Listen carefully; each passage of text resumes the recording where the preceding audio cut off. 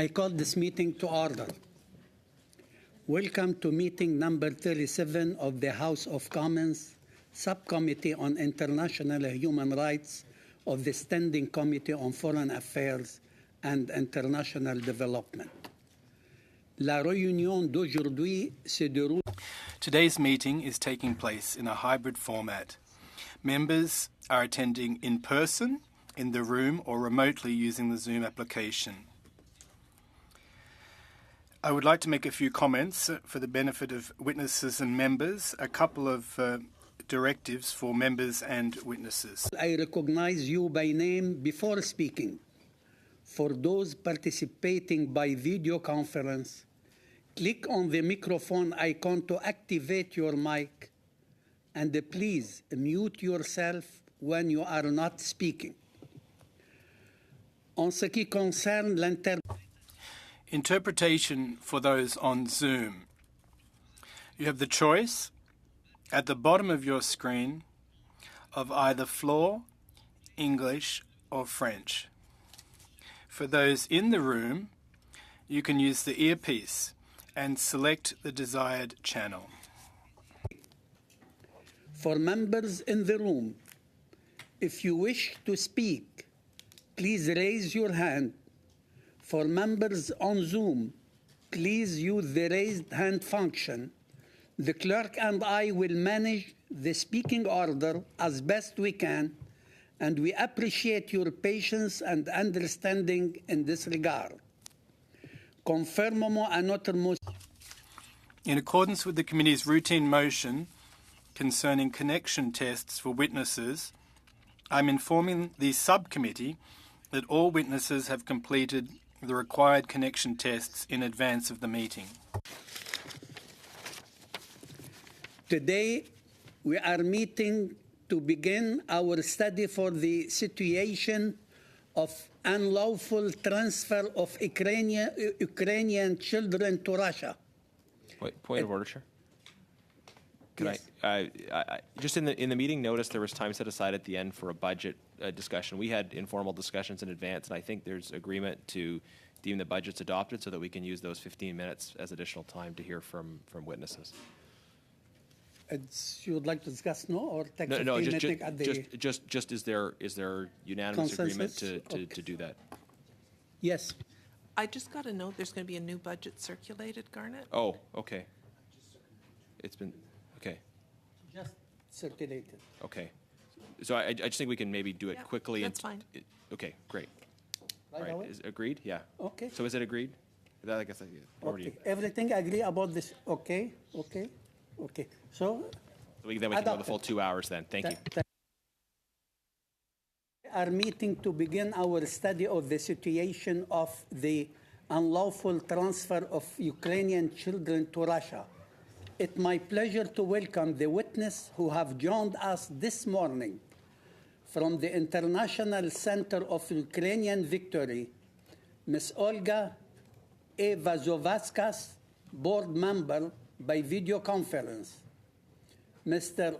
Andriy Mikhaev, international law expert. From Save the Children, unfortunately, Ms. Katerina is not able to join the meeting. And from the Yale School of Public Health Humanitarian Research Lab, Mr. Nathaniel Raymond, Executive Director. Vous aurez un maximum. You'll have a maximum of 5 minutes for your opening remarks, after which we'll move on to a question and answer period with members of the subcommittee.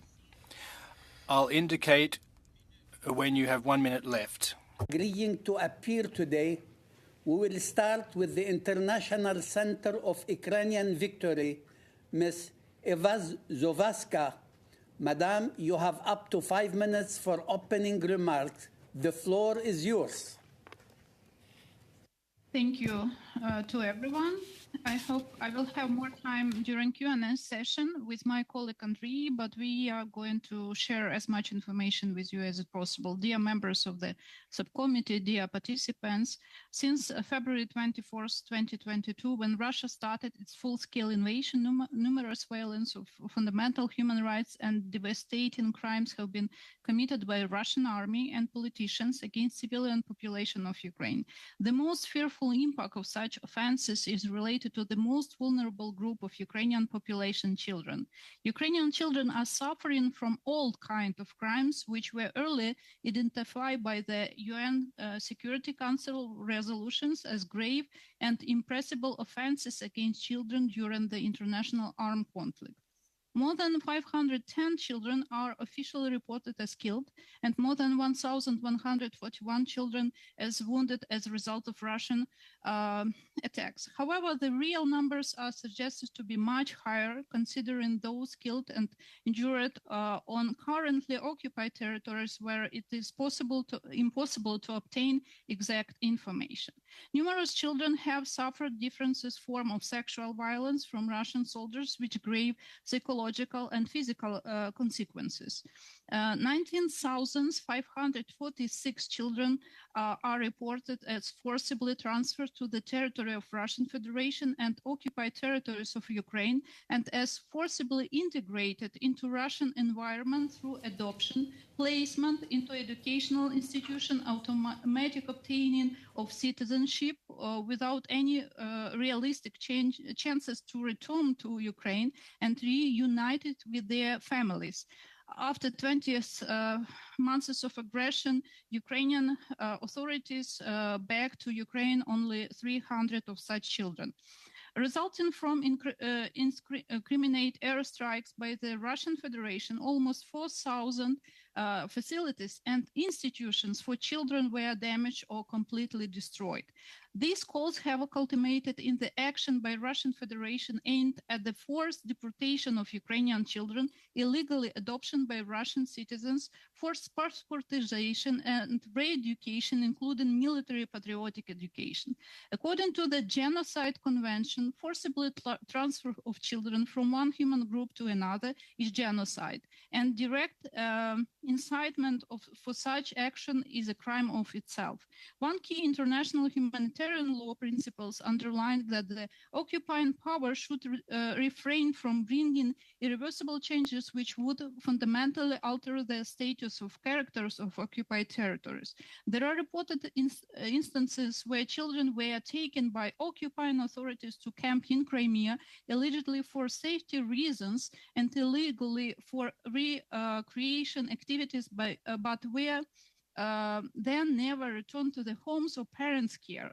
In the institutions where children were held, they were forced to the so-called integration programs that are aimed at enforcing on the Russian view on what is happening in Ukraine, in the world, and also on culture and society. The Russian Federation has begun setting the stage for these crimes years before the full-scale aggression against Ukraine in February 2022. This process dates back at least 2008 and had been marked by increasing hostile language, laying the groundwork for rejection Ukraine's existence as a state, a nation, group, and a culture.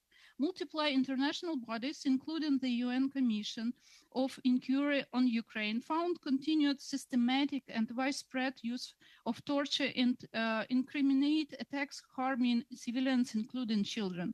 Among the devastating consequences for children, the Commission has committed to investigate illegal transfer of unaccompanied minors by Russian authorities to the Russian Federation.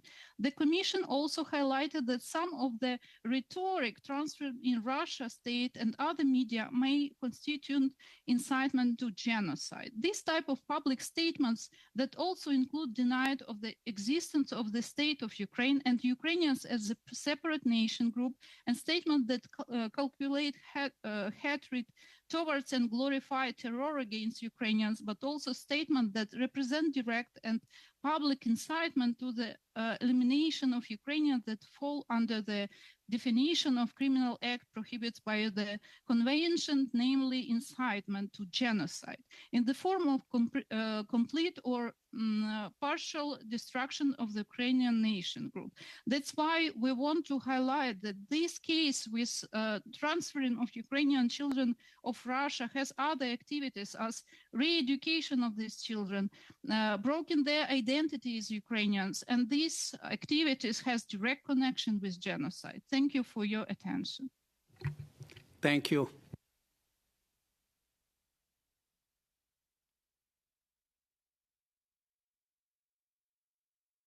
Executive Director, you have the floor, please, for 5 minutes.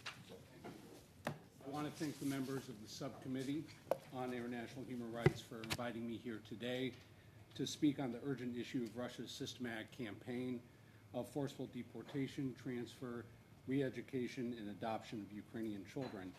As my colleague mentioned, the United Nations Security Council has identified 6 grave violations that occur against children. Monsieur le Président, l'interprète a signalé que le micro n'était pas ouvert, fait que ça nuit à l'interprétation. How about now? You start from the top, please. Thank you, sir.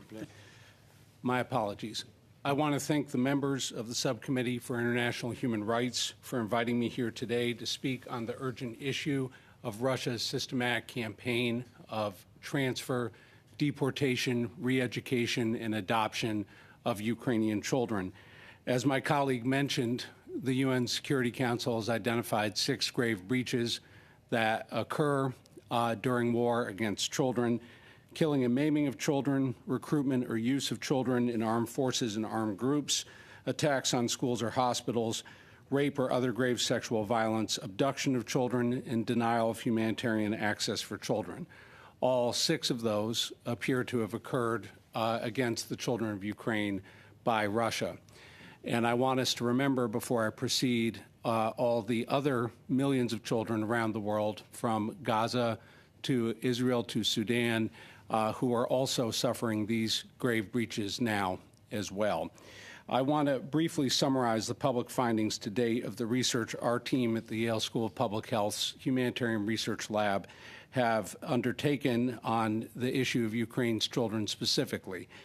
This work is undertaken as a member of the U.S. State Department's Conflict Observatory Program, which uses high-resolution satellite imagery and open-source data to document alleged war crimes in Ukraine.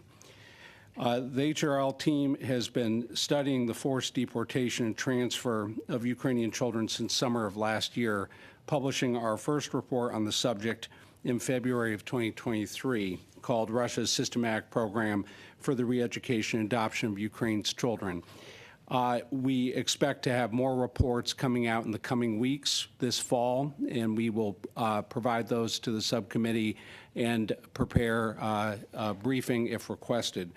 What I want to start with is that we have concluded as of February that at least 6,000 Ukrainian children have been taken to at least 43 facilities inside occupied Crimea in Russia to be subjected to so-called patriotic re-education, military training in the cases of at least 2 facilities, one in Chechnya, and in some cases forced fostering and adoption. These facilities stretch over 3,500 miles from the Black Sea to the eastern Pacific coast at Magadan, including one location in Siberia. Many of the children have returned from the camps, but an unknown number, at least approximately 600 as of February, remain in the facilities. The number of adopted children is unknown, but we at the Humanitarian Research Lab and Conflict Observatory are working to answer that question literally as we speak. It is important to understand that the children range in ages from 6 months at time of capture to 18 years of age. There's some quick background on the origins of the program. The program really begins in 2014 with patriotic re-education, so-called patriotic re-education, occurring at summer camps in Crimea and also in the occupied areas of Donbass.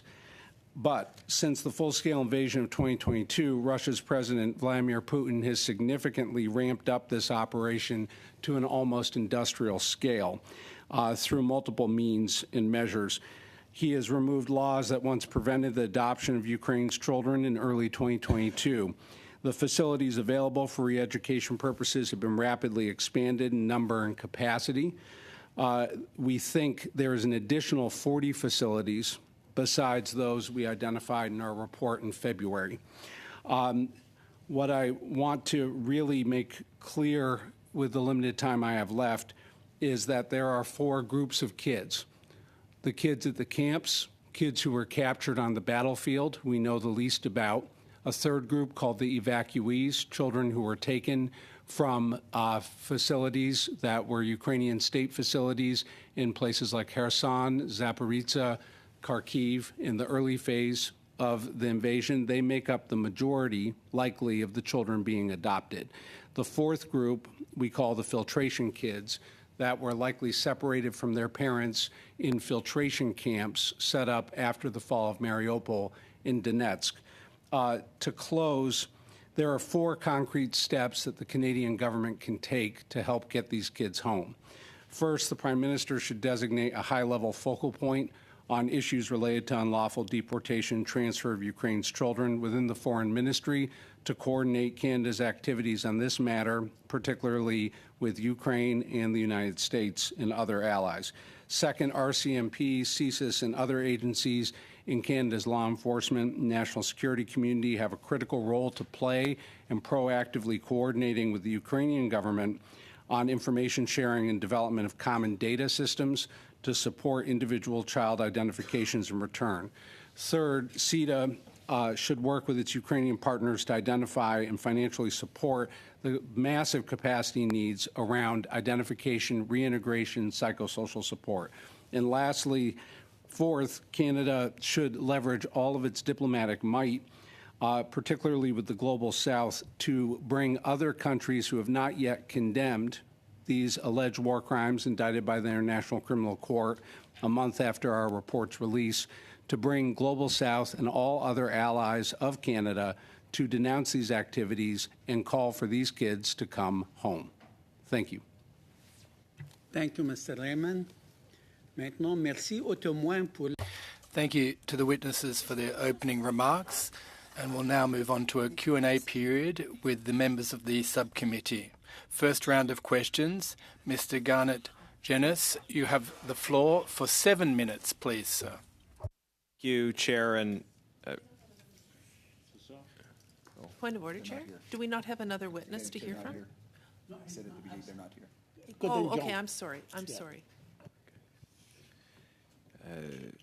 Thank you, Chair. Thank you to the witnesses, and thank you to my colleagues in all parties. I know there's a great deal of interest in this study from all quarters.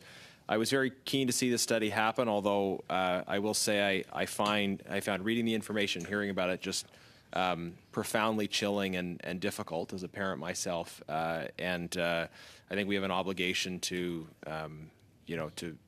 push this information out there and expose to Canadians and to all others watching what is happening here, because it's so dark and so evil. I'd like to hear from the witnesses, how systematic are these efforts? What level of central planning and coordination is involved, and how high up the chain is this going, and how far back does it go in terms of preparation for these kinds of activities? Maybe Mr. Raymond, we'll start with you, and then we'll go to the witness from the International Center for Ukrainian Victory. We have very detailed information about the chain of command. It starts with Vladimir Putin and his direct action deputy overseeing both the adoption and camp aspect of the program is Maria Lvova-Belova, the ironically titled Children's Rights Commissioner. The critical middle management of this program are 4 regional governors, at least, plus the Ministry of Education and their sort of a Six Sister Cities program, where specific communities, including at the mayoral level, are sponsoring the transfer of specific children from specific communities. There's also a constellation of civil society groups and non-state actors, which we are documenting right now, that also help facilitate the full pipeline of the program, which is identification, targeting, to logistics for transport, to actual housing, and then in some cases, activities related to judicial obfuscation of the children's identities in the adoption system. So it is a whole of government and a whole society program that command responsibility lies with Putin and Maria Lvova-Belova, but it goes all the way to the municipal level. Over. Thank you. Vladimir Putin and Maria Lvova-Belova are already subject to ICC warrants. I think this committee will likely want to recommend further severe sanctions against other entities and individuals involved in this, so we would appreciate follow-up in writing as that documentation process proceeds with identifying individuals and organizations responsible that could be subject to Canadian sanctions. I'll go to our witnesses online now in terms of the information you have on advanced planning, coordination, and the specific individuals and entities responsible. I would like to take the floor on behalf of the ICV. My name is Andrew McCabe, I'm the international law expert. I would like to thank Mr. Nathaniel very much for the detailed explanation about the chain of command, which and the organizations and individuals responsible for the abduction of children and their further integration into the Russian cultural environment. Actually, we don't have a lot of information to add about these specific people, but we also would like to add about the activities which take place regarding such children. We have established the fact that Russian families are currently materially and spiritually encouraged to adopt Ukrainian children, Ukrainian orphans, and children deprived of the parental care as soon as possible. Also, the central and local legislation in Russia is simplified and is facilitated to make this procedure faster and simpler, despite the level of protection which should be applied to ensure all the child and human rights and the process of adoption. And as we have also established and is also known, currently the occupational authorities on the occupied territories of Ukraine are threatening, for instance, those parents who don't want to let their children enter pro-Russian schools, new pro-Russian schools established with pro-Russian programs, or where the teenager children don't like by themselves to enter such assignments. They threaten that they will deprive such parents of their parental authorities and put their children in the adoption list. This is the part of the re-education and reintegration policy of the Russian occupational authorities, both in Russia and on the occupied territories of Ukraine. Thank you very much for your attention. Mr. McKive, I have 1 minute left. You said spiritually encouraged. I wonder if you can clarify, is the implication of that there's involvement of the Russian Orthodox Church in aspects of this program? Sorry, we don't have any facts about participation of the Russian Orthodox Church in this procedure, but during the local events, during the individual like interviews between such between people from such families, they like encourage them to adopt Ukrainian children, like that they doing a good job for the state. They're doing a good job for such children, and they also ensure that they will do everything possible to complete this process as fast as possible, despite everything. That's what I meant by spiritually. Okay. Thank you. I didn't mean to put words in your mouth, but thank you for that clarification. I think I'm out of time, but I'll have more in 10 seconds. Okay. Well, I'll save it for later. May I respond to the question on the Orthodox Church? If possible, briefly, yeah. Go ahead. Very quickly. There are a number of potential locations that implicate the Russian Orthodox Church that are under investigation now that we've not come to a confidence finding on, but it's important to note Maria Lvova-Belova's husband is a member of the Russian Orthodox Church as a priest, and those connections have been present in other previous programs. Over. Thank you. And now I invite Mr. Yvonne Baker to take the floor for 7 minutes, please. Thanks very much, Mr. Chair. And I want to start by thanking my colleagues for inviting me to join you today. It's a real privilege to be part of this study, and thank you for studying this. To our guests from Ukraine, Slava Ukraini, and thank you very much, Mr. Raymond, for being here as well. To our friends from Ukraine, I'd like to ask, why is Russia deporting children?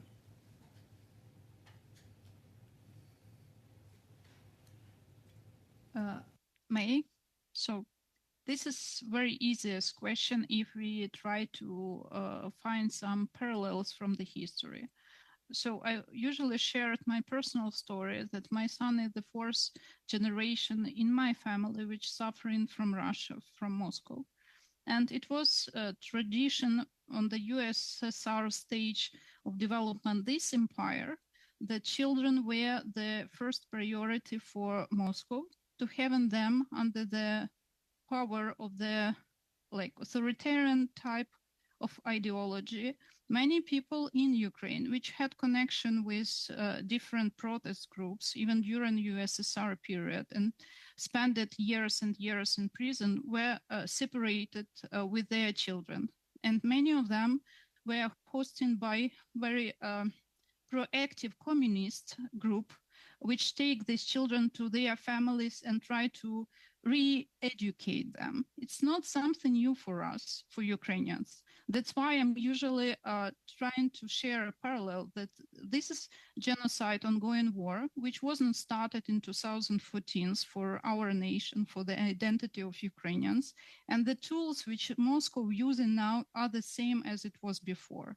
So separatization of children with their families, re-education those who were under occupied territories many, many years from 2014, forming the potential tool for continuation this war, Ukrainians against Ukrainians. Because if we are trying to just imagine that boy which had only 10 years when Donetsk was occupied, was suffering under the Russian propaganda 10 years, and now this boy taking guns and fighting against Ukrainian soldiers are the best capital, human capital for Russian army, because Russia is going to continue this war for years. It's truly a long war, but when we are speaking about tools and methods, Moscow using the same as it was before. Nothing new for us, but we are calling to stop this practice and to share our opinion about unacceptable using children against Ukrainian nation, and unacceptable to change their identity, because we have to survive not only physically as a state, but as a society with a new generation of Ukrainians, which will develop this country after the end of the war. Thank you. So what I hear you saying is this is something that Russia has done in the past. I'm hearing that this is something that is designed to erase the Ukrainian nation, and that these children, some of these children will be engaged in actually fighting Ukraine to help further erase the Ukrainian nation. Is that a fair summary? Yes, indeed. What happens to the children while they're in captivity? If I may, please take the floor. So, well, if we are talking about the orphans and children deprived of the parental care, they're being put to the specialized facilities for orphans and such categories of children. However, there were also cases when children who actually had families were departed from their parents after the filtration process, and then again put to the orphanage and other kinds of facilities. After that, they are placed there. They are put to the Russian educational programs, and they are also put on the list to be adopted by the Russian families. One more important aspect that, according to the latest amendments to the Russian legislation on the central level, amendments to the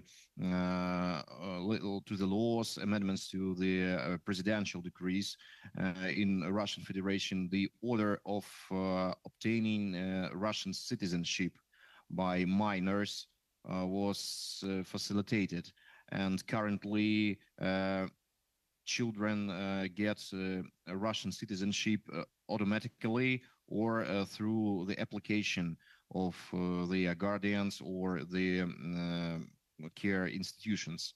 And moreover, it's very important to state that according to the law, the new Russian citizens may not withdraw from the Russian citizenship until they fulfill their obligations before Russian Federation in full, which means that, for instance, male Ukrainian children who will now get Russian citizenship theoretically may not withdraw from Russian citizenship in future until they serve the military service. Thank you very much for that. That's generally what's happening. Thank you. Дякую, thank you. That's very helpful. I think I only have about 30 or 45 seconds left. Mr. Raymond, could you just fill in the picture for those watching at home? What happens to these children? Well, let me tell you what we know, and let me tell you what we don't know.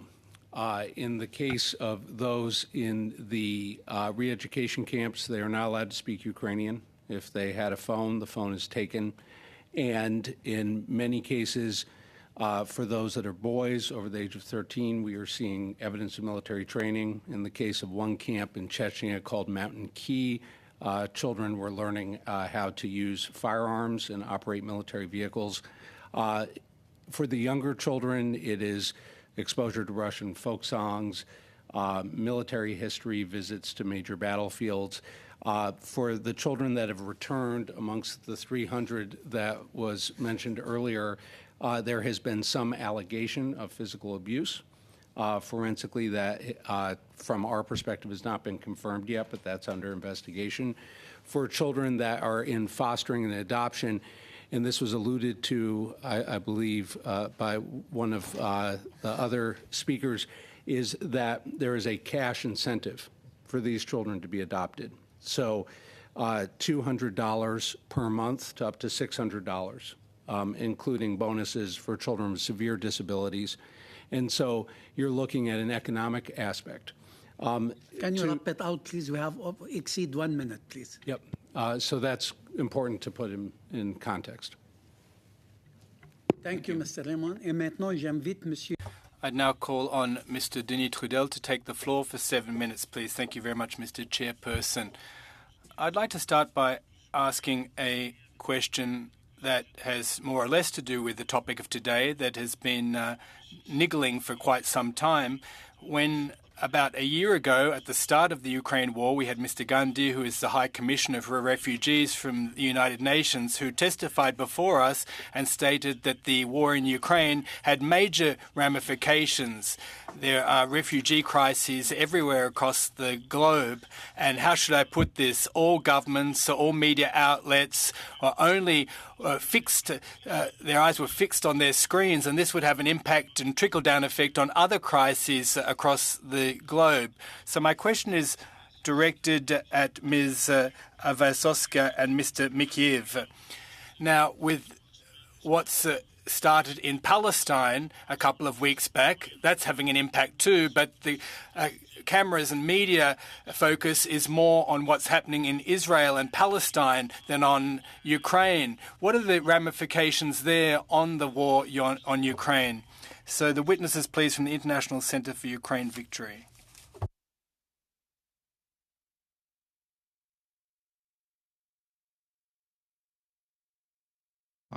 I'm sorry, could you please, if it's possible, repeat the last part of the question?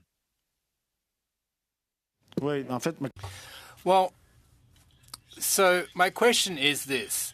The fact that there is a war taking place in Israel and Palestine, which is attracting global media attention, the attention of governments worldwide, in Europe, in the Americas, everywhere across the world. And this is kind of what we saw at the beginning of the Ukraine war. Out on the field, is that having an impact on the theatre of war in Ukraine? The entire world is no longer looking and turning its attention to that war. So what is the impact on the ground, if any?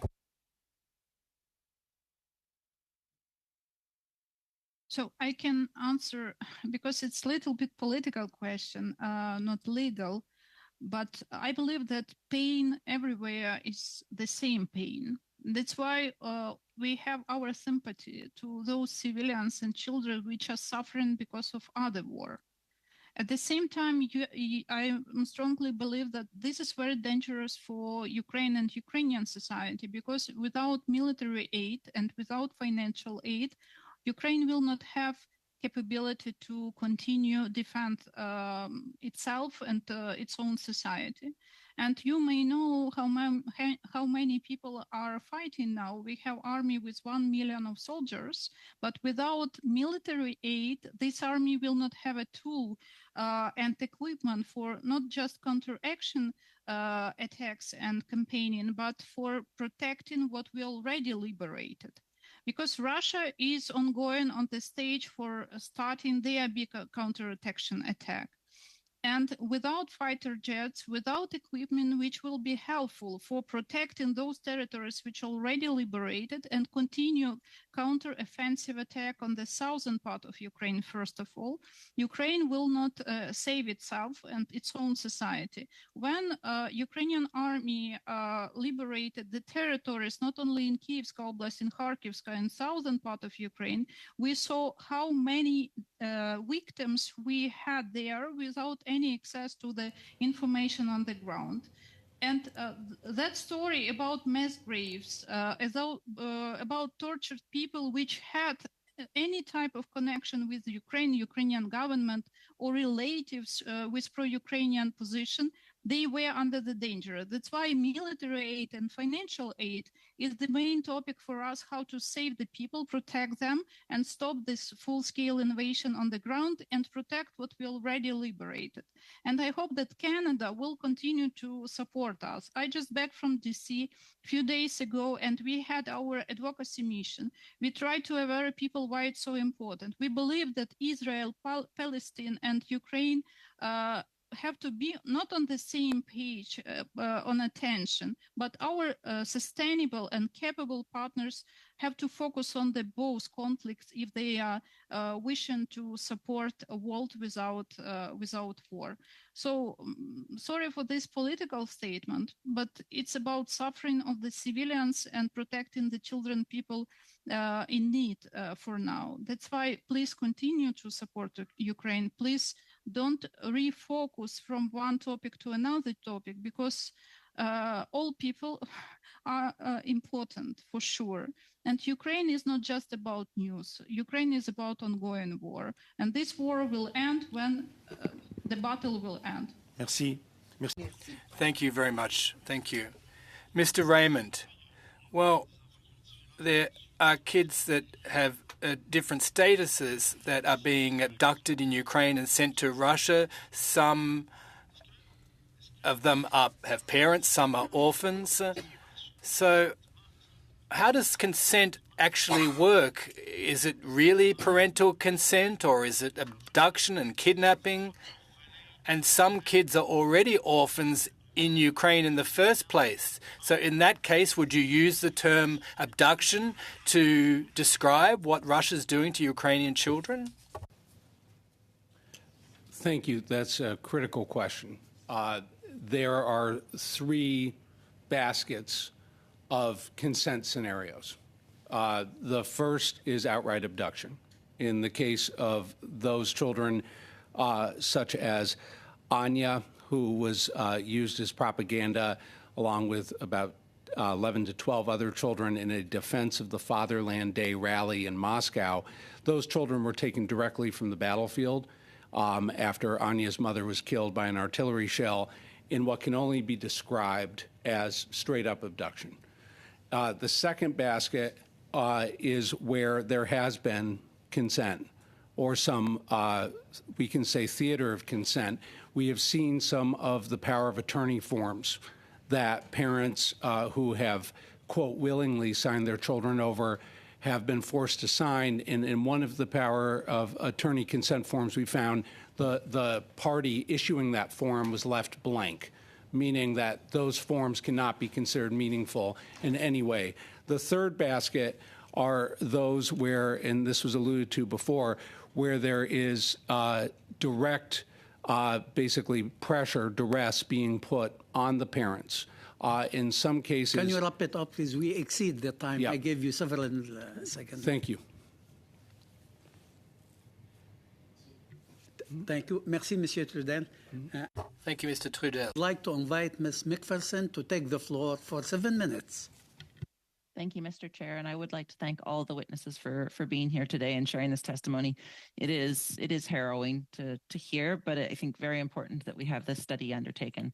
Mr. Chair, I certainly hope that there is an opportunity for us to hear from Save the Children at a later date. I understand that the witness was ill today and wasn't able to join us, but knowing that Save the Children has repatriated at least or close to half of the children that have been reportedly repatriated, I think it would be important for us to hear from them.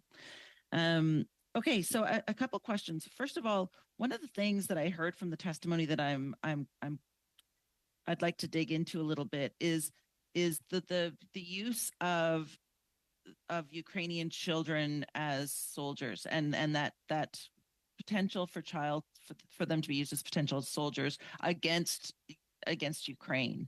I think the testimony that we heard from the International Center for Ukrainian Victory was probably the most clear on that. Perhaps you could just talk to me a little bit about what we know about the use of these children as child soldiers, or even the potential of them being used as child soldiers.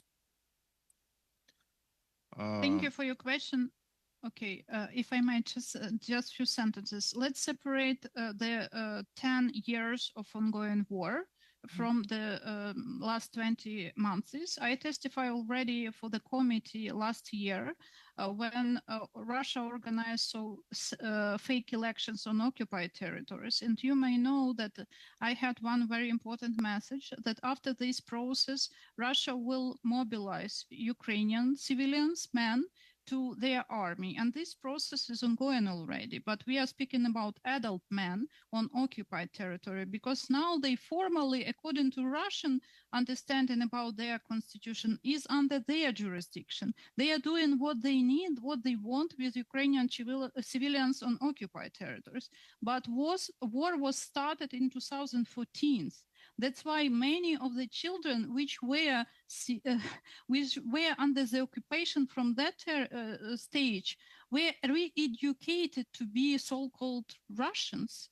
And they truly believe that they are serving to DNR, LNR as civilians from that territories. So Russia misused the opportunity to re-educate children to be pro-Russian soldiers, and that now they are using them as a meat because Russia doesn't care how many men with Ukrainian passports before will be killed on the battlefield. So if we are speaking about that period from 2014 till 2022, Russia used all young people, children, for re-education, and now they are serving publicly. And we have many interviews from the occupied territories. We had it before that these territories are almost empty from men. So that man was used for battle without any frames or problems,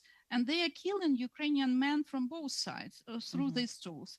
And now we have 20 months of this new stage of the war after full-scale invasion, and we already had 6 cases when teenagers were used for Russian army, and one of them was killed on the battlefield. So we have testimony about this young person. But the problem is that we have to cover all years, 9 years of ongoing war, and to understand that this is mass problem because it was started when these young men were children, when Russia occupied Donetsk and Luhansk. Well, and obviously the use of child soldiers is been clearly identified as part of a genocide, that it is a precursor, and it is very something that happens when a genocide is being perpetrated, which we know is happening. Mr. Mikhailev, sorry if I mispronounced your name, did you have anything to add to that? And perhaps maybe just a little bit about, you brought up the idea of forced military service that could be ongoing because of the Russian, because these children are becoming Russian nationals, without perhaps wanting to be, of course. Could you talk a little bit about that as well for me, please, sir? Yeah, sure. Except for the one official case established of the minor who voluntarily joined the Russian forces and was killed in a combat. He was 16-year-old. There are a lot of cases established when such teenagers who are happily still alive, but they are trained in military programs. But actually, using children directly, soldiers, is not the only way of using children by Russia for the war purposes. There are also known cases when Russian authorities use children from the occupied territory for the intelligence purposes, to get the intelligence information. They also make teenagers to patrol the territory and to make them to bring information on people who have links, connections with the Ukrainian armed forces or with the Ukrainian law enforcement authorities. And we also know the cases which are officially established when Ukrainian children, unknownly for them, were used to provide the data, the location of the objects through the mobile application, through the mobile game, which was developed and launched by the pro-Russian IT company controlled by the Russian special services. And children didn't know that by playing this game and by getting virtual awards and virtual money for downloading the photos of the objects, they were providing data for the future missile attacks. So the range of methods of using by Russia of children for the military purposes is very broad. It's not only direct use of them as soldiers. Absolutely disgusting. Thank you very much. Mr. Chair, I'll pass that back to you. And now we go to round 2, and I invite Mr. Ehsassi to take the floor for 7 minutes. Thank you, Mr. Chair, and thank you to all the witnesses for this very helpful testimony on an incredibly harrowing development that we should all be concerned about. If I could start off with Mr. Raymond, thank you so much for the work that you're doing. If you don't mind, I first wanted to ask about the conflict observatory program that you you prefaced in your introductory remarks. Could you tell us more about that program? Because all of us are concerned about the need to leverage technology to do a better job when war crimes or crimes against humanity are being committed. Thank you. The Conflict Observatory Program is a project of the Bureau of Conflict Stabilization Operations at the State Department, and it is really the first effort at scale to support independent researchers such as the Humanitarian Research Lab at Yale to have access to particularly the commercial satellite data needed at scale to monitor events in non-permissive environments such as Ukraine. We also operate in Sudan and have been focused on attacks on villages in Darfur and bomb damage assessment and human security assessment in Khartoum and Omdurman. In the case of Ukraine, the children's work is just one part of what we do. Our initial work was supporting the Organization for Security and Cooperation in Europe on doing bomb damage assessments of hospitals and schools in the first phase of the war, and then we did an assessment with the Oak Ridge National Laboratories in Tennessee of damage to crop storage infrastructure using algorithmic machine vision to be able to count damaged silos. And we've additionally done open source reporting on the filtration camps and on the issue of torture in Kherson and passportization, which was mentioned earlier. What's critical in the case of Ukraine is that there is an extremely large amount of open source data. And so what broke the case open through the Conflict Observatory on the kids' issues is the fact that the local officials were taking selfies. And it was from that we were able to identify latitude and longitude of the locations and begin satellite surveillance. And so without this program, we would not have had these assets to be able to do this reporting publicly. Over. Thank you very much for that. Now, you referenced the OSCE. As you know, towards the end of last year, the OSCE did a report on this issue, the missing children. And their finding was that the Russian authorities have lost track of a lot of these children. In your opinion, is that deliberate, or is it simply incompetence by the Russian authorities? What we are seeing is both tactical intent in terms of concealment of children. That is clear, and I can give multiple examples. There are other cases where it is not clear that there was any initial accounting system, depending on which cohort of kids we're talking about. So each cohort has sort of a different level of accounting that is either happening or not happening. The critical point here is under the Geneva Conventions, Russia should have registered these children immediately through a system called Restoring Family Links within days. The challenge now is that we have to attempt to do that registration act without Russia's cooperation. And so we are basically reverse engineering the identities through open source data, which is extremely impossible, okay? And so we're making progress, but we actually, it's like if you've been to a fair and there's a jar of jelly beans.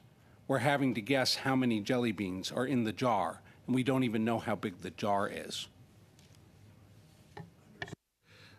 So now if I could go to your recommendations. One of your recommendations was that Global Affairs Canada have a point person deal with this issue. Could you explain to us whether there is currently a working group amongst various countries and whether other countries have endorsed such an approach? Right now, and what I'm about to say does not represent the views necessarily of the United States government. It's my own personal opinion.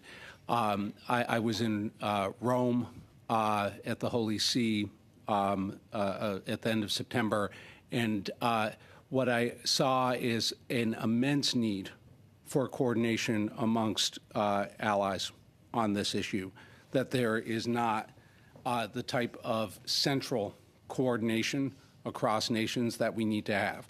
I say all the time, like in a car accident, trauma surgeons have a golden hour after the car accident. We're still in the golden hour, but the golden hour is slipping away on these kids. They will never be easier to find and never be easier to return. I've done child identification work related to Guatemala. That took decades, and it took DNA, and many of the parents were dead by the time we found them.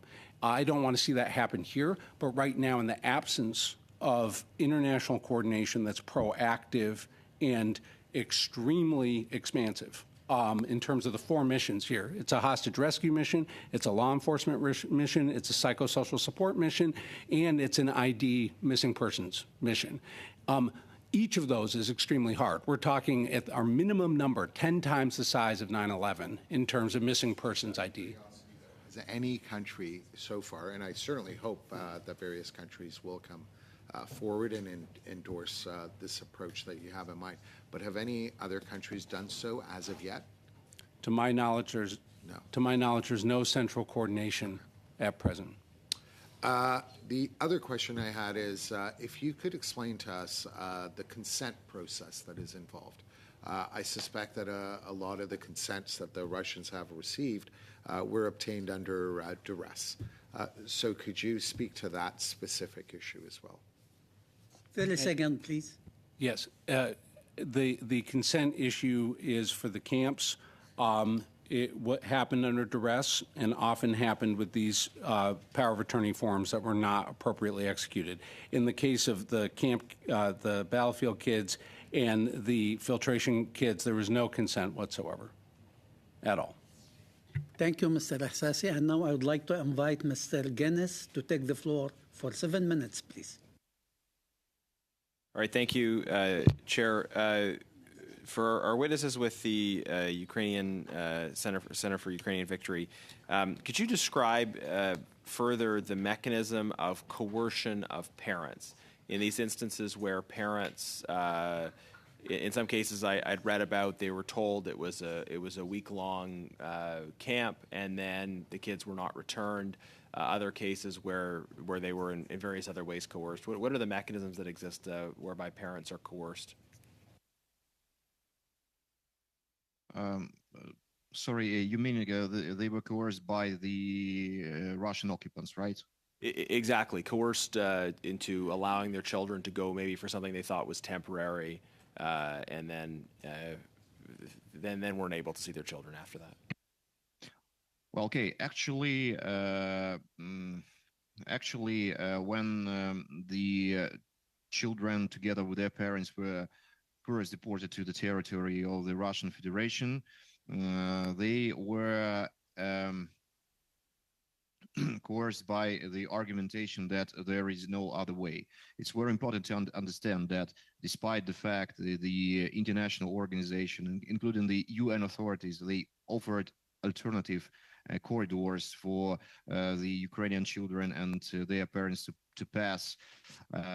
Russian occupying authorities refused to let them go through these corridors, and they insisted that the only way from them to evacuate from their zone of military action is only through the Russian territories. It's the only way of saving them and their children from the war and from the death.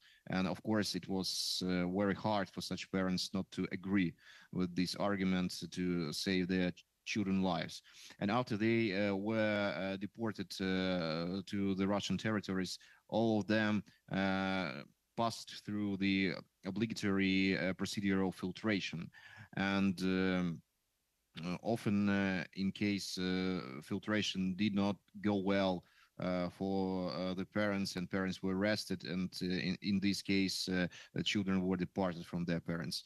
And also, there were cases when children were forcibly left on the Russian territories while their parents were allowed to leave it, and actually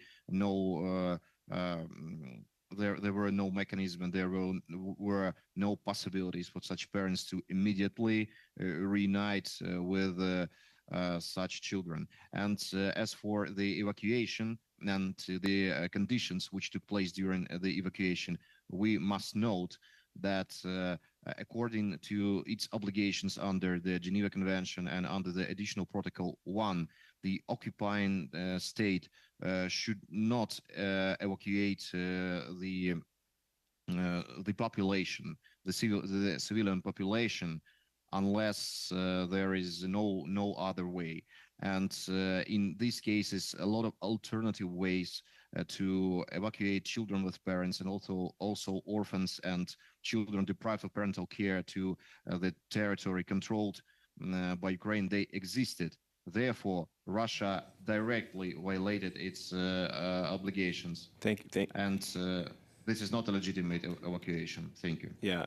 Thank you. So just to really understand the anatomy of this, so there are cases of children being taken without any pretense of parental consent, taken from the battlefield, or children taken from orphanages, and then there is the case of extreme coercion where Russia invades Ukraine, engages in indiscriminate bombardment of civilians, denies humanitarian corridors, and then tells parents your only option for the safety of your children, effectively give us your children or we're going to kill them, and then they're taken to Russia. So it's in these kinds of ways that Russia undertakes this policy. Is that a fair summary of what's unfolding? Yes, and may I add a few other options, because the policy of Russia doesn't have one face. So now many people are suffering on occupied territories because adults and families know that if they will not give a chance for their children to take Russian, very aggressive pro-Russian education system to involve their children into it, we already have testimony that Russian administration just sharing the information that without that, their children will be adopted by others. So those parents who are still with their children on occupied territories under the Russian government control will be separated from the families if they will not take these Russian schools with pro-Russian education with full of Russian propaganda frame. So the threat of abduction is explicitly being used as a tool to Yes. intimidate people and to push them to comply with what the occupiers want. Yes, as a sanctions. So That's separatization of the family is a sanction against parents which will not give their children to Russian education system on the field. I may have to come back to this because I have 1 minute left, but I wanted to probe the Russian narrative and propaganda involved here.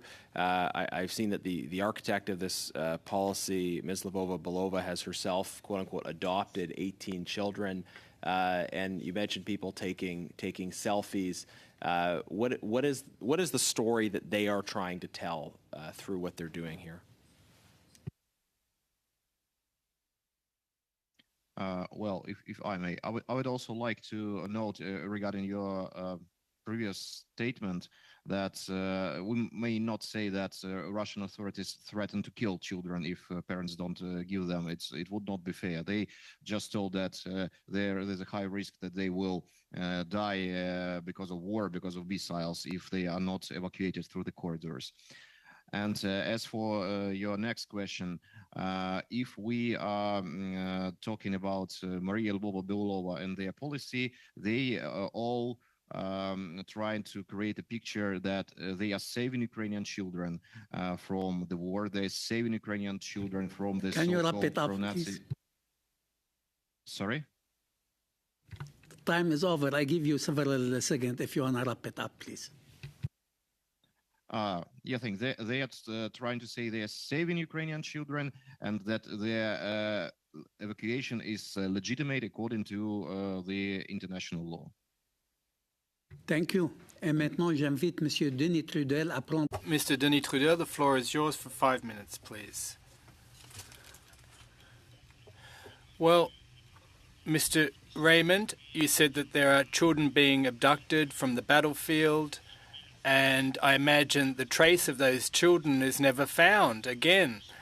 Do we know what state they're being detained in? And there are children that are forcibly being abducted by way of various number of techniques, threats of adoption in Russia, powers of attorney, quote unquote, that are signed under duress. There are cases of children who've been returned to their parents, and what of their psychological state upon their return? it is very important to state clearly that the children who have been returned to date, the 300, due in part to the incredible efforts of Save Ukraine, are almost entirely children from the Camp Kids population. As it relates to those who are in the institutions, the Ukrainian state institutions, there has not been any return to our knowledge of those kids or the kids from filtration or the battlefield. At this point, it's almost entirely kids that were in the camp system. And this is important because it means that we don't, for groups 3 and 4, the battlefield and filtration kids, we don't even have a denominator in terms of comparing how many existed in that population. And the difficulty, the absolute complexity of trying to figure out which kids in the battlefield scenarios are missing because they're dead and missing because they're in Russian custody is almost impossible in the current conditions. We believe that the kids in those groups that we know the least about are in the adoption system and are in the Russian national adoption system. And we are working quickly to confirm that and to report publicly on it. Vous avez parlé de camps, là. You referred to camps. Could you define those camps, please, and what kind of conditions do the children find themselves in those camps? As was alluded to by our colleagues, that the camp system actually goes back to the Stalin era in the Soviet Union through the pioneer camps. In the case of Crimea, one facility, Artek, was built by Stalin. In the case of other facilities, such as those in Moscow, they're often referred to as family centers. There are some that are thematic in nature. One's a music camp. There's a computer science camp. They differ based on age groups, and the conditions differ as well. The fact is that we only have 300 kids back, and that gives us a very minimal base of evidence right now to understand the conditions inside the camps. All we have as the primary base of evidence on conditions in the camps are the statements of the Russians themselves and the photos and videos they release on websites. We need to have International Committee of the Red Cross access and UN access to be able to figure out exactly how these kids are being held. We don't know. J'aimerais poser une question. I'd like to ask a question of all three of you. Do you consider that everything we've heard today amounts to war crimes or crimes against humanity, i.e. the way Russia is abducting children across Ukraine and is forcibly abducting them and re-educating them, quote unquote? Is this a crime against humanity? Yes. Aiva Sovska a la même question. The same question of the other witnesses? Yes, I totally agree. And this is a crime against humanity, but we need to develop our case with genocide. I believe so. Monsieur Mikheyev. Mr. Mikheyev, I can't pronounce your name. The same question, please. Hi, sorry, I had just been logged out. Could you please repeat your question? Ma question, c'est...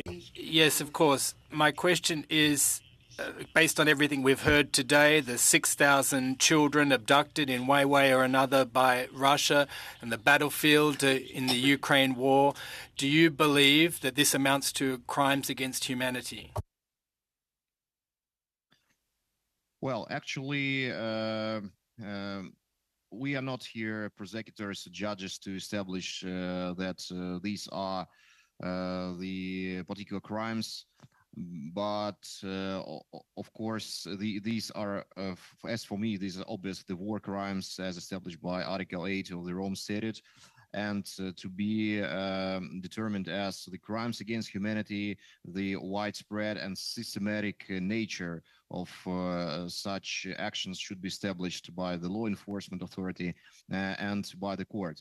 But as for me, the deportation of children, Ukrainian children, is more looks like the crime of genocide, as it's defined by the 1948 Genocide Convention and also by Article 6 of the Rome Statute, because despite the fact that these children were not physically or biologically destroyed or killed, forcible deportation of children of one group to another group is considered as genocide, as it deprives such a group of the chances for survival and of the chances for the subsequent existence. And by the court practice. Thank you, Mr. Mikheyev. Sorry, I gave you 1 minute extra. Thank you.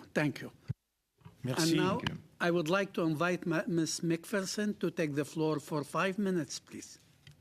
Thank you very much, Mr. Chair. Again, thank you to the witnesses for being here and sharing this testimony with us. I guess what I'm going to ask about is maybe some of the solutions that we know may work, that we know have worked for the 300. And I understand what you've said, Mr. Raymond, with regards to it being the children that were in camps, not the children that were part of the adoption piece.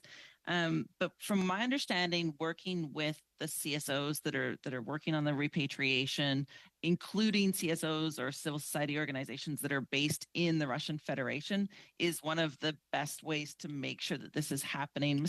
Mr. Raymond, could you talk about that? Like, what is the best way for us to be supporting this? Is it funding for these CSOs, helping with these relationships? It is important to unfortunately state that the pipeline of children returning seems to be significantly decreasing to stopping. In the recent weeks, we have not seen children returning from either the camps or other locations. I think there needs to be two main lines of effort. One, yes, is supporting CSOs. But the second line of effort should be the main effort, which is direct pressure on President Putin and on Russia to have a policy of registration and a policy of return consistent with the Geneva Conventions. As the Vatican has stated, there has, and Maria Lvova-Belova has stated, there has been contact between the Vatican and Russia on negotiating returns of children.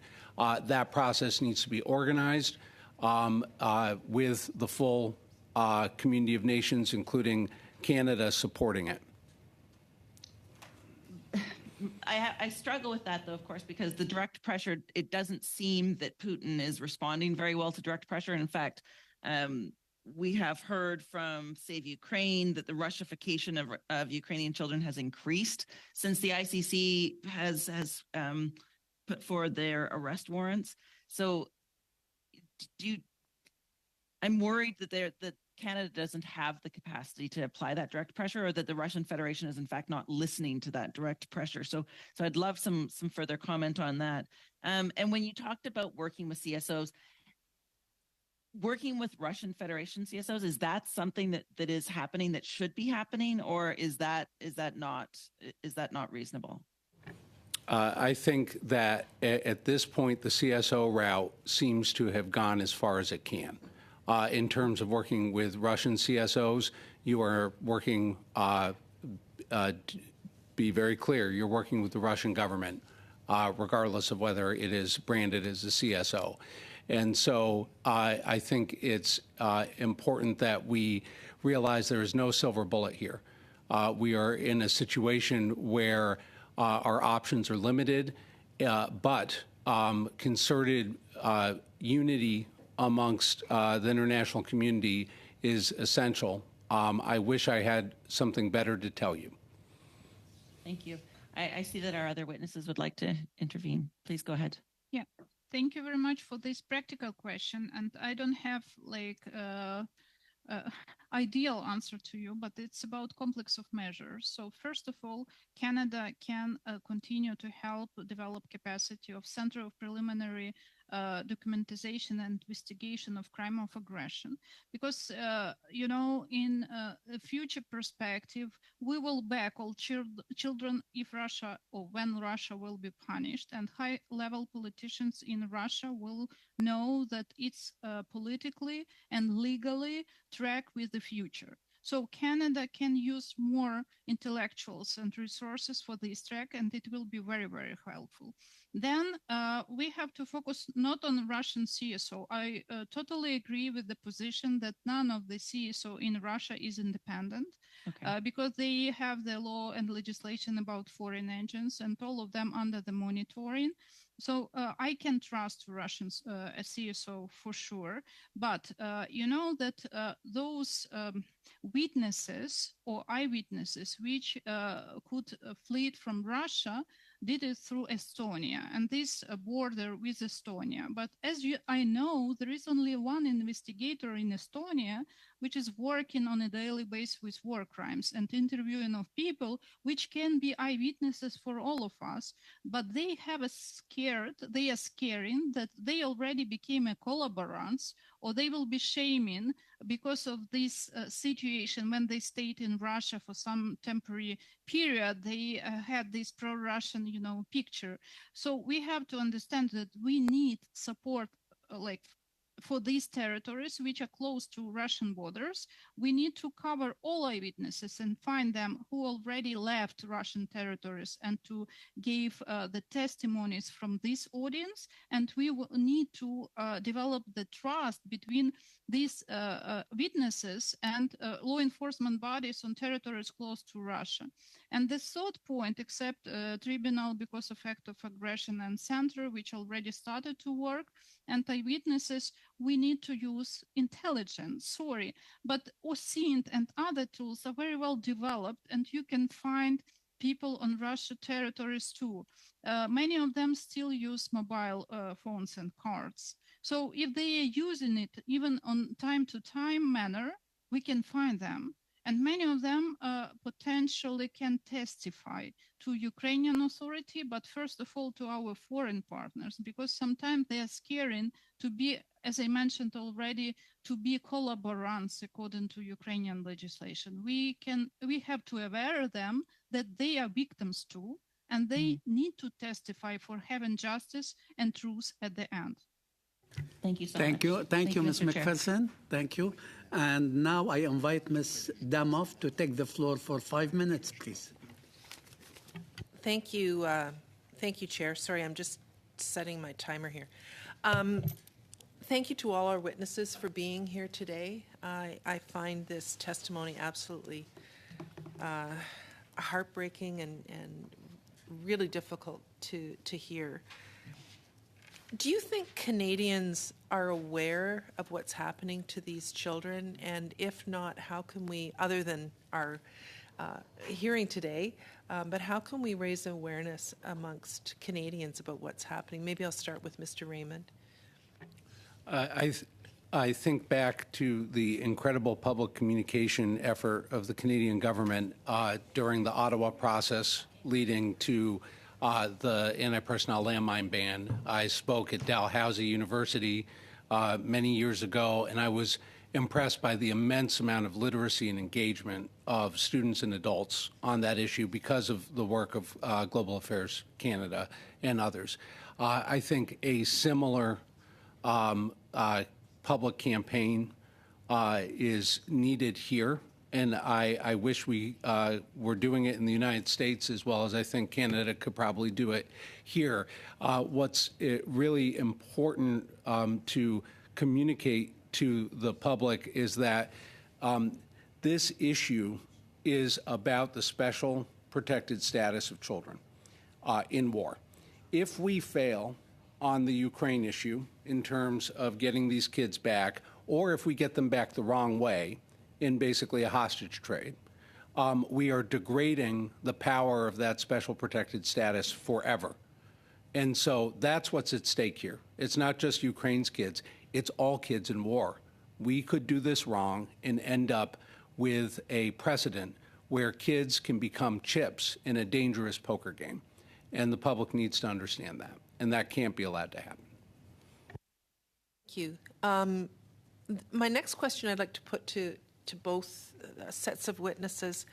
When I've read about child soldiers and the work that General Romeo Dallaire has done, reintegrating these children is not always easy. They have literally been indoctrinated into a different way of life, a different way of thinking.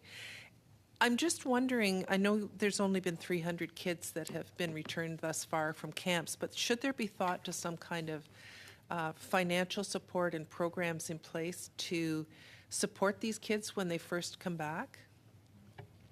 The psychosocial challenge here is going to take years and decades. And I defer to my Ukrainian colleagues who are more expert in what's involved than I am. But we have an identification challenge and a reintegration psychosocial support challenge. And having the donorship from the international community coordinated now is going to ensure long-term success. I've seen this go wrong in multiple other conflicts. And so you're right that we need to get coordination and problematization on the reintegration psychosocial now. But I defer to my colleagues. So I totally, generally agree with first speaker, and I need to highlight that we don't have much time, but we can start already because we already have case studies from those who back to Ukraine, but they stayed in Russia during a very short period. At the same time, there is nothing new about awareness and psychological support and mental recovery, which have to be developed as a program, big program for Ukrainians, because we have to understand that those children who was kidnapped or relocated to Russia now will back when they will be more or less adult. And we need to develop this program for everyone in Ukraine, but focus on those who already back to Ukraine, because we have this access to the practically victims who had a part of this case on this stage of the history.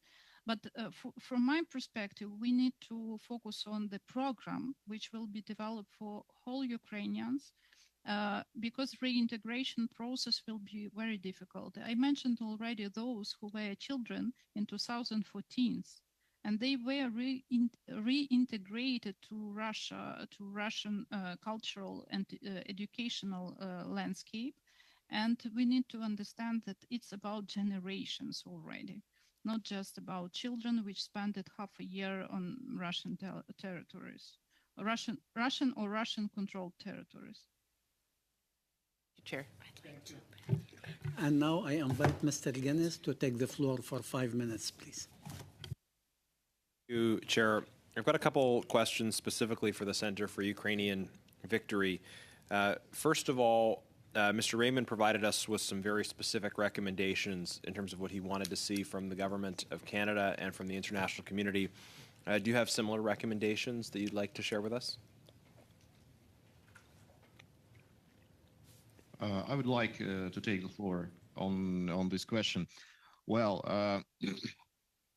despite the efforts to facilitate the process of return of children and they reuniting with families, I think that it's very important to contribute to bringing all the perpetrators to liability and to justice.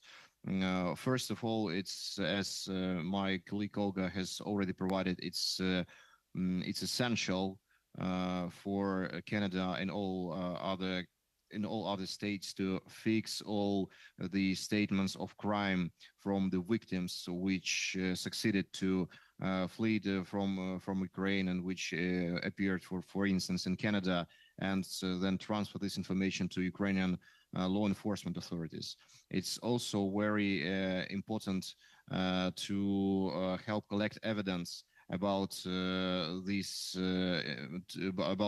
crimes and to make stronger the arguments about deportation of children as a war crime and as a crime of genocide. And it's also very important to influence the sooner establishment of the specialized tribunal on aggression.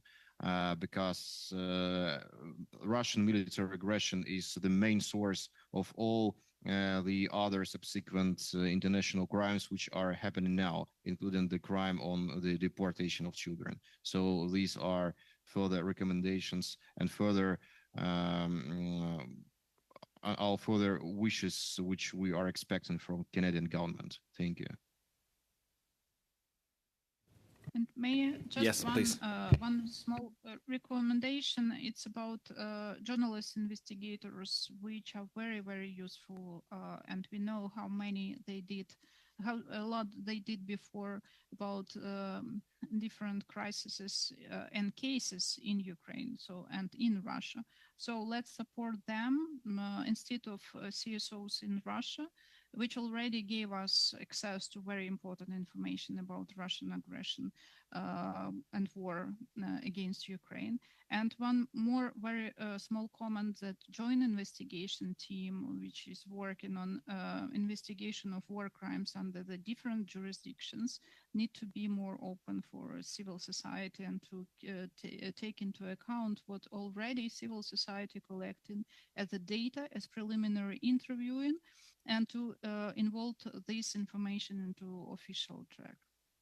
Because we are living on parallel worlds, and this is not useful for the future justice.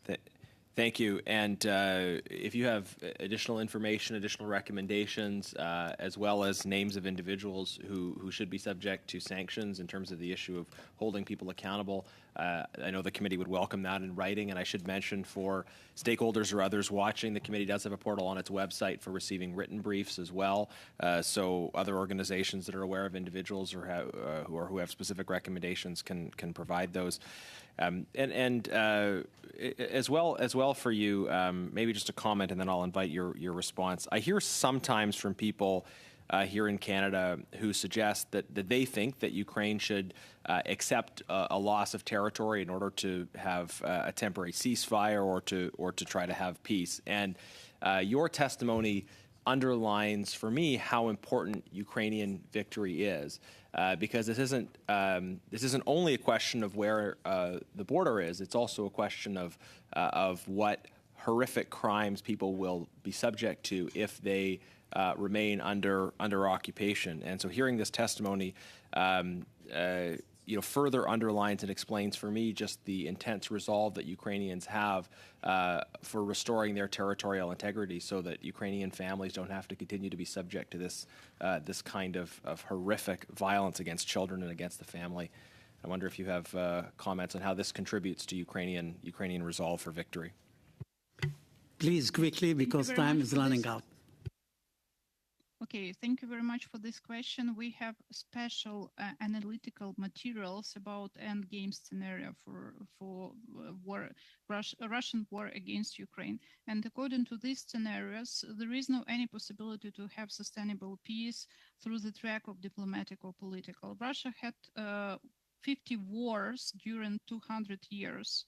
And sometimes the result of each of the war had just only one outcome. It's about when the next war will start. So, and according to our surveys, which we did in Ukraine during summer period, there are 3 topics which are not negotiable for Ukrainian society. First of all, it's about EU integration. The second one is about NATO integration. The third one is about territories. But for Ukrainian people, territories doesn't mean land. It's about people who are staying on occupied territories without any potential defending of their own rights, without Ukraine on these territories and its own power on its territories. So that's why territories will not solve any problems. I was participating on 2 years on Minsk process as negotiators from Ukrainian side because of my electoral capacity and expertise in this topic. So please trust me that territories, if we will give something to Russia, will not solve any problem, because these territories is used as military base for further activity and aggression against other part of Ukraine and against neighbors in the future. for sure, this decision looks like solution, but it's failed everything. We already spent hundreds of thousands of lives of Ukrainian soldiers for having liberation of those territories which were occupied by Russia after 24th of February. Thank you, please. Time is out. What's happened? You got more than 1 minute and a half extra. Thank you. And maintenant, j'invite Monsieur Denis Trudel. Mr. Denis Trudel, the floor is yours for 5 minutes, please, sir. Mr. Raymond, talking about accountability now, there are many federal Russian officials, regional and local ones too, that are directly involved in the political management of these children's camps. That was in your report, I believe. But at least 12 of those officials are not on any list of international and American sanction lists, at least as of the start of this year. So I have 3 rapid-fire questions about that fact. I don't know if I'll have time if I ask them one at a time. So what's the importance of the role of the officials that aren't sanctioned under the children's camp program list? First question. Were they sanctioned? Would that really have an impact? To what extent do these sanctions have an impact on the operations of the program? Does sanctioning certain officials have an impact on the program? Third question, how many of the officials or those in charge of the children's camps are being sanctioned by Canada? Could Canada do more in terms of sanctions, and would that have a bearing on those programs? I just wanted to ask those rapid-fire questions. I'm going to go quickly, 3, 2, 1. 3, your last question, I don't know who Canada has sanctioned, but we have our full package that we gave to Department of Commerce and Treasury on the U.S. side that we will provide to this committee and work with you to make sure that we have sanctions coherence on our side in terms of the information we provided to U.S. government. Second, it is critical to hit the middle management. And let's talk sanctions and also indictments. Right now, the top of the food chain has been indicted, but it is critical to put pain on the middle level of the operation. And I think what needs to be shown to those who are running the program on the local level is that they are going to suffer consequences internationally. And I think they are the least insulated from the effect of sanctions and indictments. I think it is essential that we move down the food chain and put sanctions on the lower level. Over. So how can Canada make a difference? You talked about local officials being aware that there might be sanctions levied against them. How, as a country, can we have a bearing on them? It strikes me as a tad difficult. Is it possible in some way? We translated a conversation that Maria Lvova-Belova was having with local officials on a video in which she said, don't worry about the sanctions. They don't even know how to spell your name. And why I'm telling the story is that she was having to communicate with those further down the food chain to basically assuage their concerns that they would face legal or international consequences. And it is important that we show those who were looking for comfort from Maria Lvova-Belova that we know who they are. They will not be able to send their kids abroad to school. They will not be able to open a bank account. They will not get a visa, at least. And in some cases, they'll be indicted. If, let's say it doesn't work, well, we need to try. Any examples of countries in the world that are more proactive than Canada is when it comes to the levying of those sanctions in regard to those programs? Any particular examples of countries that are putting pressure on Russia or those officials, and that's having a direct bearing on the program as we see it and that we could emulate? I can't evaluate Canada's sanctions regime on this topic. The United States and the European Union have similar sanctions regimes in similar individuals, and they moved quite rapid fire after our report came out in terms of going down the list of those in our chain of command chart.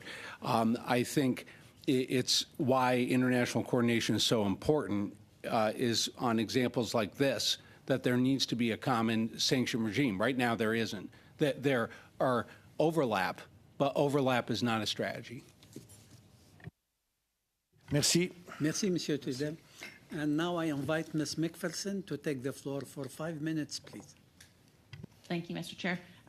The sanction conversation is very interesting to me. I would say that Canada does not have a very effective we're not very effective at actually enforcing our sanctions. We're quite good at putting people on the list, but not very good at enforcing them. We also have a portion that the government has introduced with regards to seizing of assets, which may be useful if it was to get off the ground for those middle level folks that you're speaking about, Mr. Raymond. Now, one of the things that I was also going to ask about with regards to your testimony, you're saying indictments. So what you would like to see is that the ICC is pressing more, or they're issuing further arrest warrants, I guess, for some of those middle people. Is that what you're asking for? The President of the United States has allowed sharing of information now with the ICC on these matters, and we are actively engaged in sharing right now all the underlying data from our public investigations and our forthcoming reports. We are doing that to be able to facilitate further investigation and, yes, potential indictment by the ICC against other officials. It is extremely important that the law is applied across the chain of command. Command responsibility rests at the top. But as we see going back to the Nuremberg tribunals, where the first case brought at Nuremberg was on child abduction of Polish children by the Nazis, and from which we get the term crimes against humanity, it is important that the full chain of command is subjected to accountability. And that's what we're supporting. Mm-hmm. Okay. Well, and I certainly would like to be able to get that list from you, because I think you're accurate that it is more effective when there are more countries that are imposing the same sanctions. Yeah, and I'm very supportive of the ICC doing this work. Of course, it is that balance that you've raised. You know, the ICC is a slow mechanism. It takes a long time for justice to come through the ICC, and we need to use our diplomatic might and the other tools that we have at our disposal, because as you also mentioned, we have this very short window of time that is rapidly closing to make sure that these children are returned to their families. I did have some questions again for our other witnesses, our online witnesses, if you could. Now, you've spoken a lot about what is happening with these children, how they're being taken from their families, how they're being taken from orphanages. Do we have any indication, or have you received any indication on whether or not any of these children are leaving Russia and going to third countries? Is human trafficking with these children happening outside of just going back to Russia? Are they going to other regions? If you could share any information you might have on that as well.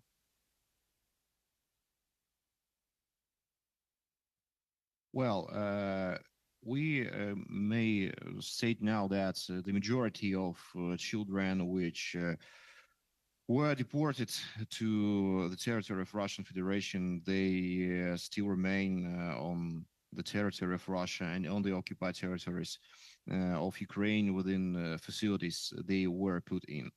Of course, there are some cases when some children were returned back. It's cases of children who actually had parents, actually had families, and whose families put their best efforts, who addressed the authorities, who addressed specialized NGOs, and who actually were lucky to establish contacts and to get their children back. But compared to the number of children which still remain there, this amount is just peanuts. It's like only several hundreds of them. The majority are all still there.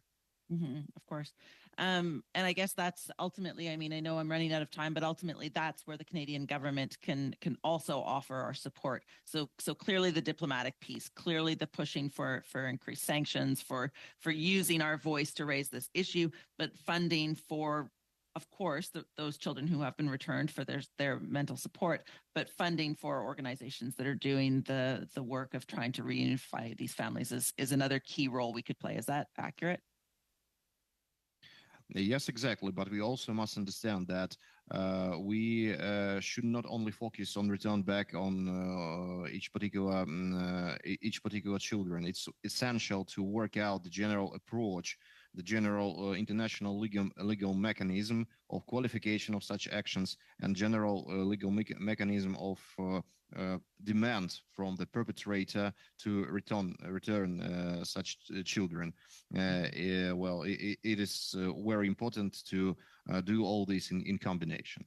Absolutely. Thank you, Ms. McPherson.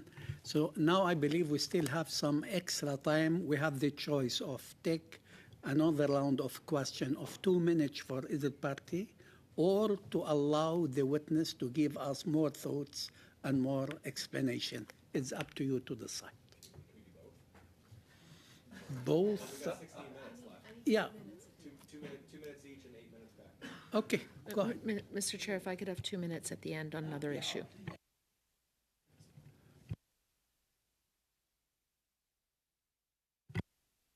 Invite Mr. Ehsassi to take the floor for 2 minutes. Well, I in turn thank you, Mr. Chair. That's very kind and generous.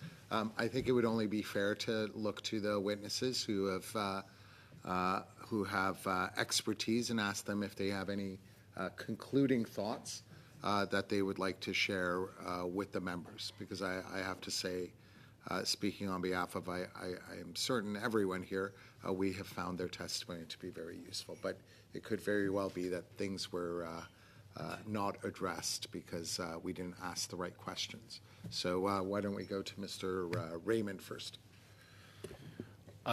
Thank you. That's very generous. I want to take a moment to talk about the technical issues that are involved in identifying missing children, regardless of where you are identifying them. So just to understand the technical challenge, because this committee will face funding requests that we'll have to evaluate on the technical aspects of this complex issue.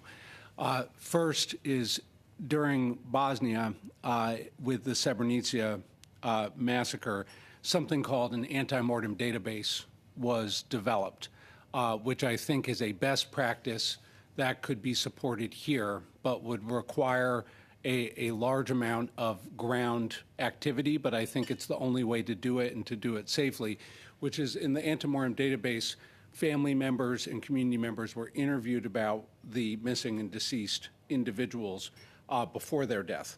And having that database that could be then later combined with DNA and dental records was essential in the successful identification of thousands of the missing. A similar type of database must be created here, and it requires 4 types of information: investigative case file, DNA, non-DNA forensics, plus basically the ability to match against both relational and object databases in terms of facial recognition. Thank you, and Mr. open Raymond. source Thank data. you, Mr. Ehsassi. Sorry, I have to be because the time is perfect. Exact. I invite Mr. Guinness for 2 minutes. Please take the floor. Well, thank you. Just jumping back to my last round, the point about territorial integrity was so important for me, and I think for us all to reflect on. Your comment that territorial integrity is not just about land. Territorial integrity is about people. It's about the people that are stolen when territory is taken.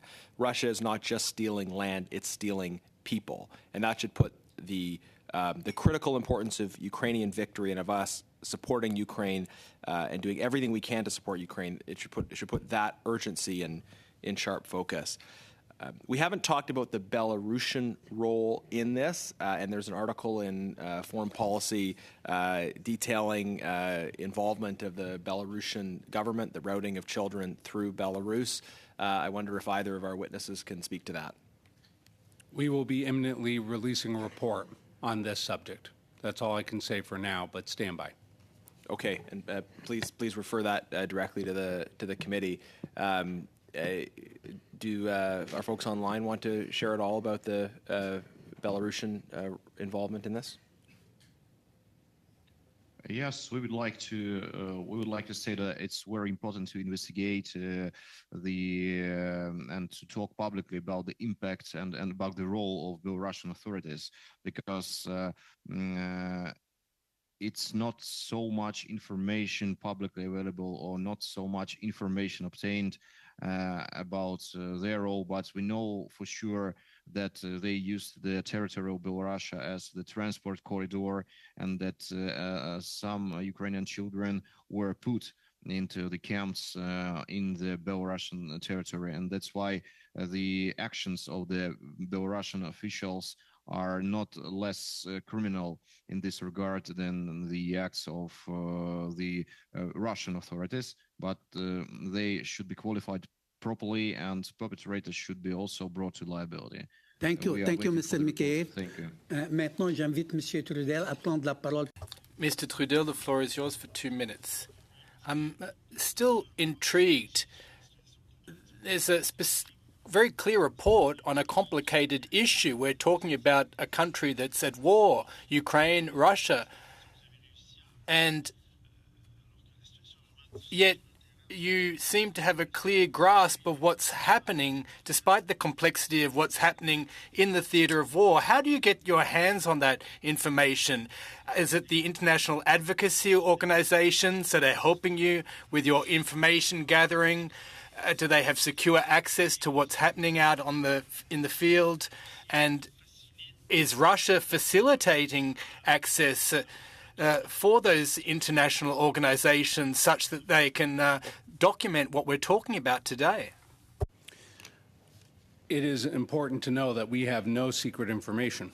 It is through the large-scale analysis of OSINT, of open source information, where we are able primarily from, in this case, from social media of parents looking for their kids, combined with the data being released through bad tradecraft by the Russians, combined with the fact that they are not hiding this.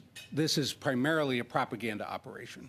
And they are attempting to rebrand a failing invasion. And so in so doing, they are providing us the ability to extract math from their social media that allows us to use things like satellites to then monitor pattern of life, including logistical patterns. And so what we have here is the fusion, the mosaic effect of multiple streams together. So you're saying that the Russian state is boasting about abducting Russian children on social media? 100%. They are our number one source of information is the Russian government. When online, I am attacked by information operations which say, how do we know? Well, we know because the perpetrator told us.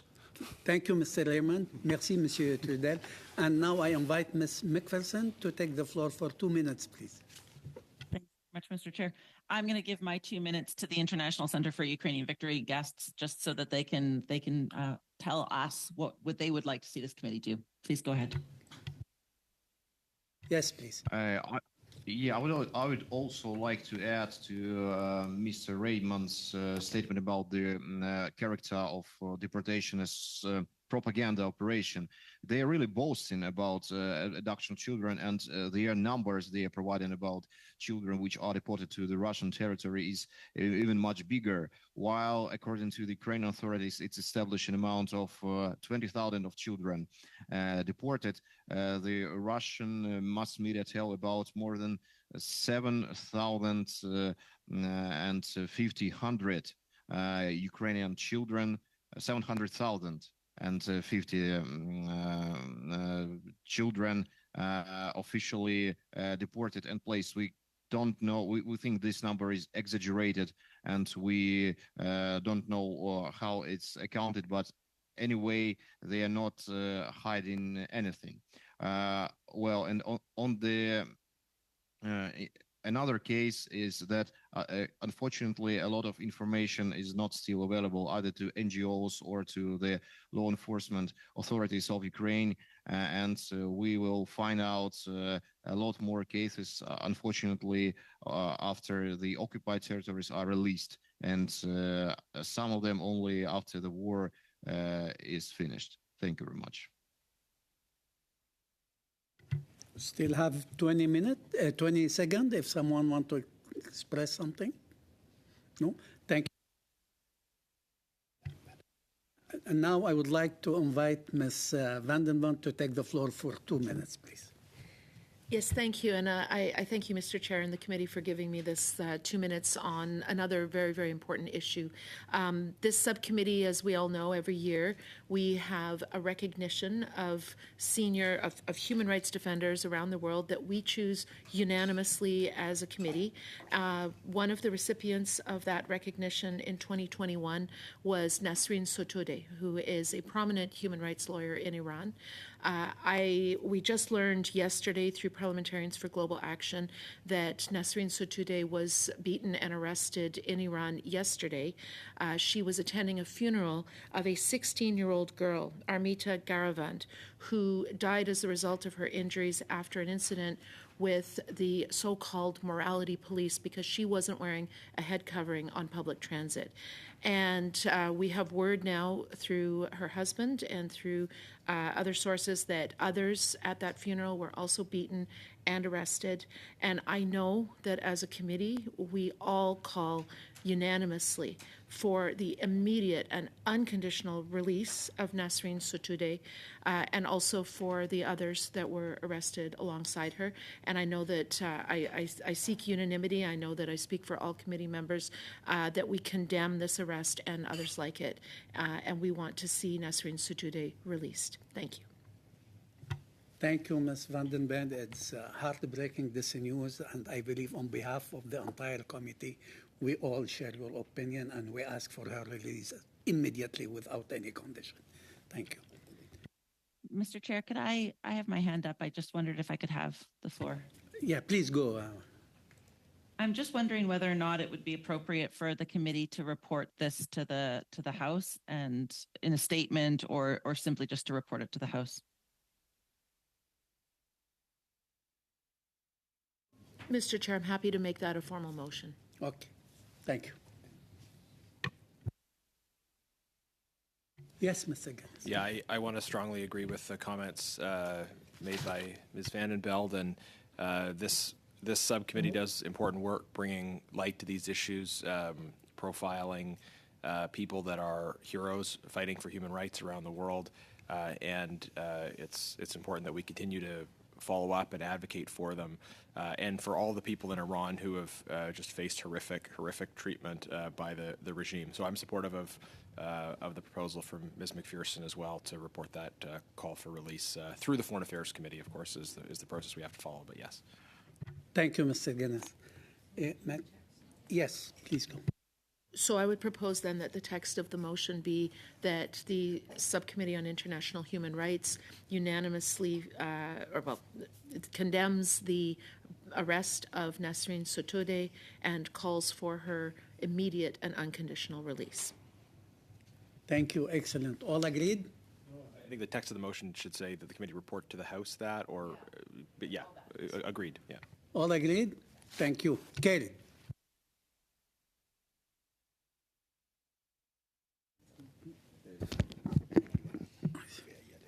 Merci pour vos témoignages et votre participation. Thank you for your testimony and for participating in this study on an unlawful transfer of Ukrainian children to Russia. Now, should you have further information you wish to communicate to the subcommittee, please do contact the clerk of the committee. Now, colleagues, I'd like to let you know the following. Some of the witnesses that will be appearing next week are under 18 years of age and may have experienced traumatizing events to do with the topic of this study. Support for their mental health and yours and staff members is available. Receive a briefing about engaging with vulnerable witnesses or receiving difficult testimony, the clerk could help organize a special session. However, it may have an impact on the timeline for the study. If you have questions about the supports available, please advise the clerk as soon as possible. En raison de la nature Due to the sensitive nature of this study and the young age of these witnesses, I will also be more flexible when it comes to your allocated speaking time and theirs in order to avoid interrupting emotive testimony. members that requests to travel for the period of January to March 2024 are due by November 10. Do members wish to travel during this period? In particular, I think that it might be helpful for the committee to visit with representatives of the United Nations in New York. I would like to have your thought and if you approve it or not. Yes, Mr. Giddens. Is there time for us to have some offline conversations about that, and that maybe, I mean, we're kind of a little bit up against time here, and sometimes it's better if these conversations can happen more informally and or in camera. So, in order to work back from a November 10th proposal, how quickly do we have to give general direction for the development of such a proposal? Because we have two more regularly scheduled meetings, right? So.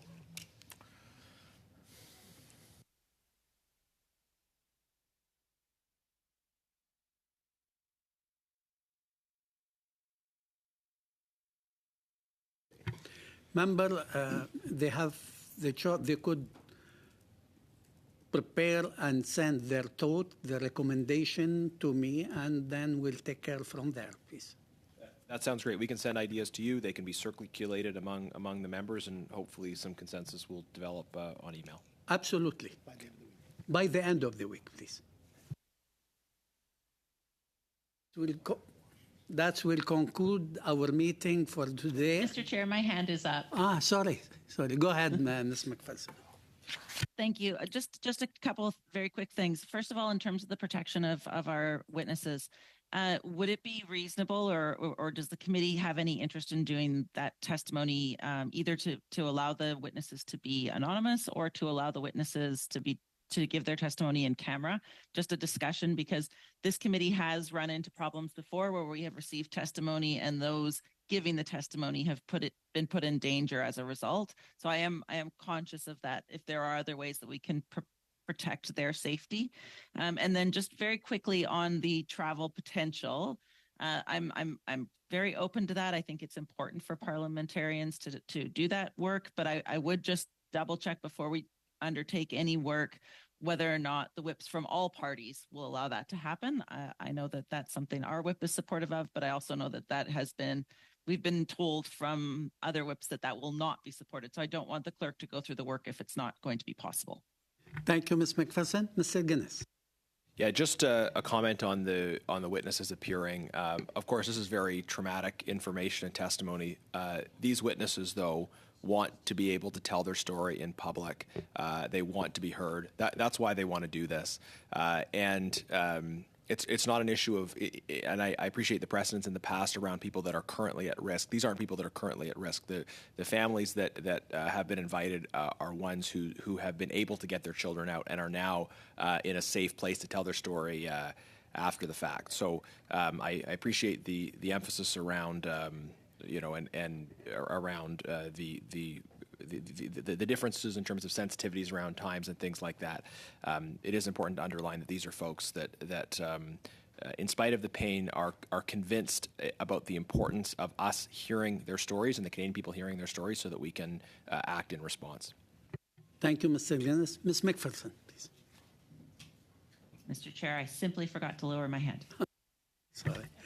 So on behalf of all members of the committee, I would like to thank all the witnesses for their presence, for their ideas, for their recommendation, for their thoughts. And if you believe some other recommendation may be useful to the committee, please send it in writing. Thank you very much. Thank you for your presence. And now, is it the will of the committee to adjourn the meeting? Yes. Meeting is adjourned. Thank you. Thank you very much.